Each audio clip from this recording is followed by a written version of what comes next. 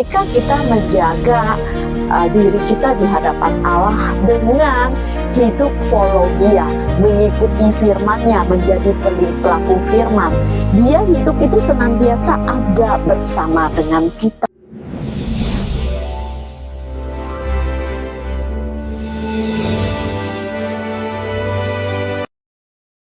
Kalian orang Samaria yang tidak kalian kenal, sedangkan kami orang Yahudi menyembah Dia yang kami kenal. Sebab keselamatan dari orang Yahudi, tetapi waktunya akan datang, malah sudah datang, bahwa dengan kuasa Roh Allah orang-orang akan menyembah Bapa sebagai Allah yang benar, seperti yang diinginkan Bapa.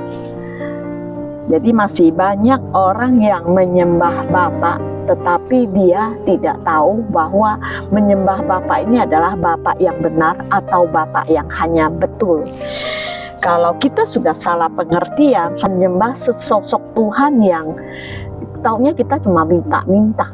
Satu, terus kedua, ada orang yang menyembah Tuhan itu adalah dia berpikir dia berbuat amal, dia berbuat baik, ya, untuk mengumpulkan keselamatan. Padahal ketika kita percaya Yesus dan dibaptis, itu sudah dinyatakan diselamatkan. Begitu mudahnya kan? Tidak usah kita harus mengumpulkan amal, berbuat baik. Nah, kenapa kayak begitu, Ros, pengertiannya? Ya, betapa banyaknya orang salah pengertian. Maaf, ini semua adalah pilihan ya teman-teman ya. Tetapi orang-orang Kristen yang sudah mengenal Yesus dan dibaptis, itu sudah ada bibit keselamatan di dalam dirinya dia. Dan orang Kristen dia berbuat baik itu bukan mengumpulkan amal. Berbuat baik hati bukan mengumpulkan harta di surga untuk nanti dia bisa diterima. No, tidak seperti itu. Mungkin orang kaya raya terus anaknya ngebun-bun orang, terus ditangkap sama polisi. Bapaknya datang untuk membela dia, ya, keluarganya datang untuk membela dia. Berkata, kami adalah orang kaya, kami sumbangin saja kekayaan ini, tolong dibebaskan anak saya ini. Apakah bisa seperti itu?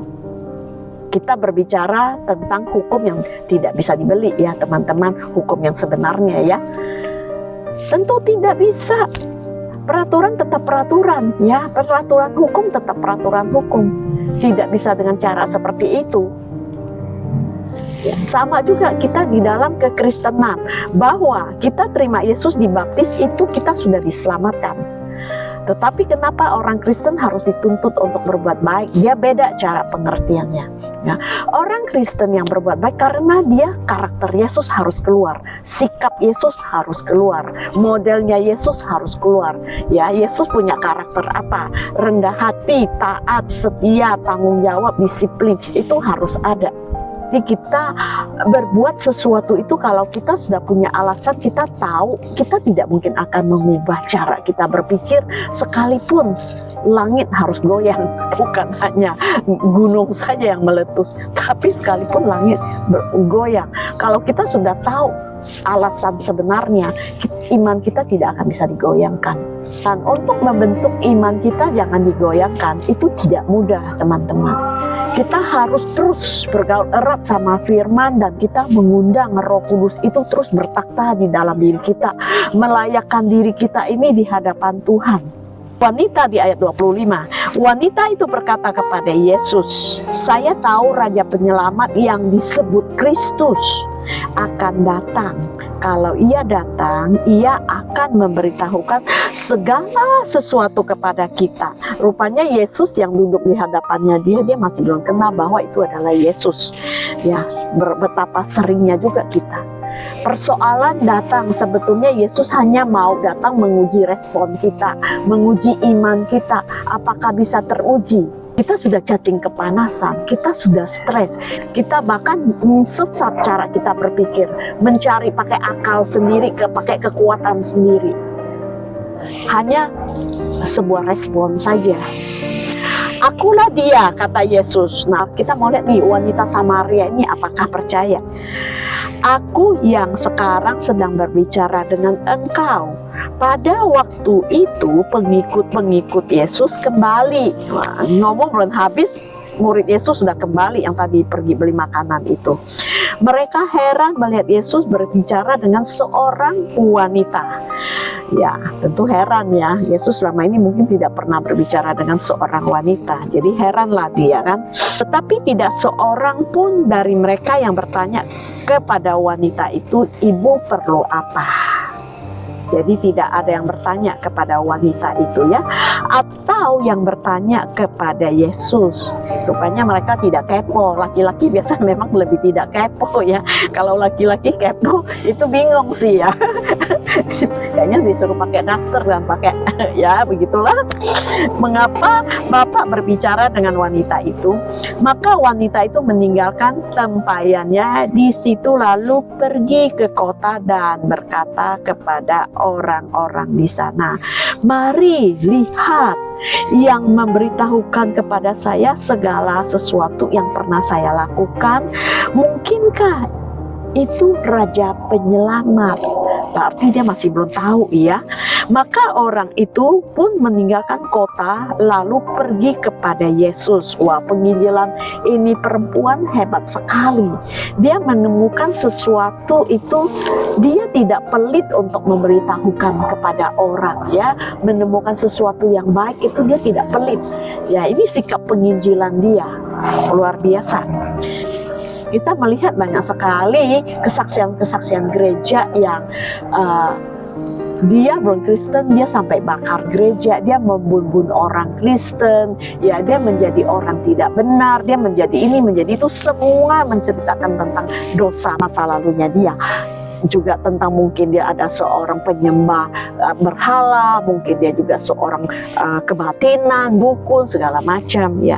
Nah, itu memang diperlukan teman-teman untuk memberikan penginjilan bahwa kita ini sekarang ikut Yesus, kita tahu kebenaran, kita sudah berubah.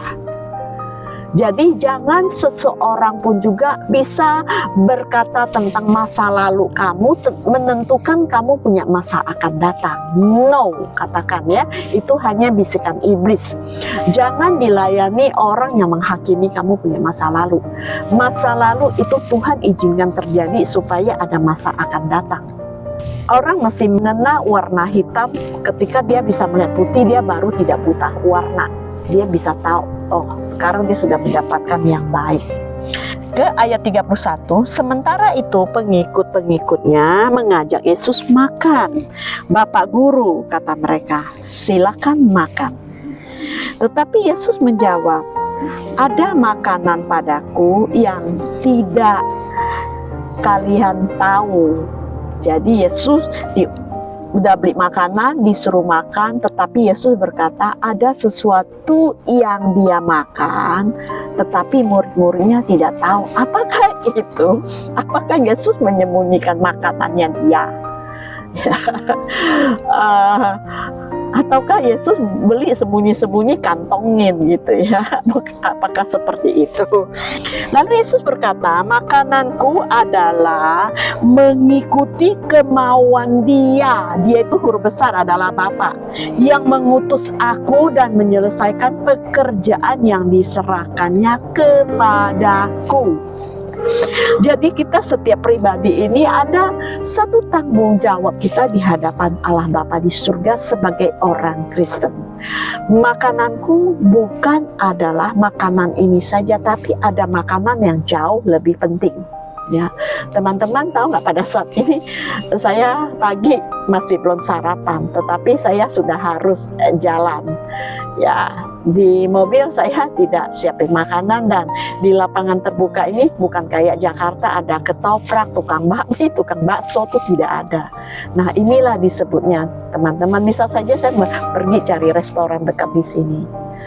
Tetapi makananku itu bukan hanya makanan di restoran, tapi makananku adalah firman yang sekarang duduk di sini sedang bercerita tentang inspirasi pertolongan Tuhan untuk saya dan untuk semua teman-teman. Untuk saya ceritakan tentang banyak hal-hal yang dialami melalui inspirasi-inspirasi yang saya lakukan, yang saya hidupi, teman-teman.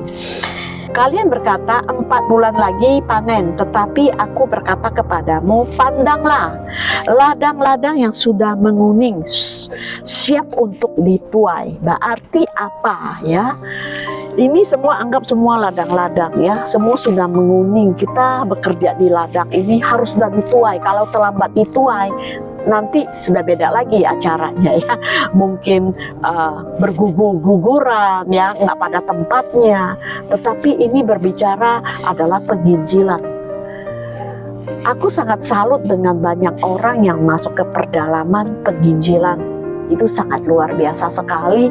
Yang banyak sudah penginjilan, dia lupa nyawanya, dia lupa untuk menyelamatkan dirinya dia secara, ya teman-teman tahu ya di Indonesia itu ya, ya kalau di Amerika ini sekalipun saya duduk di sini mau penginjilan tentang Yesus, orang cuek amat gitu ya.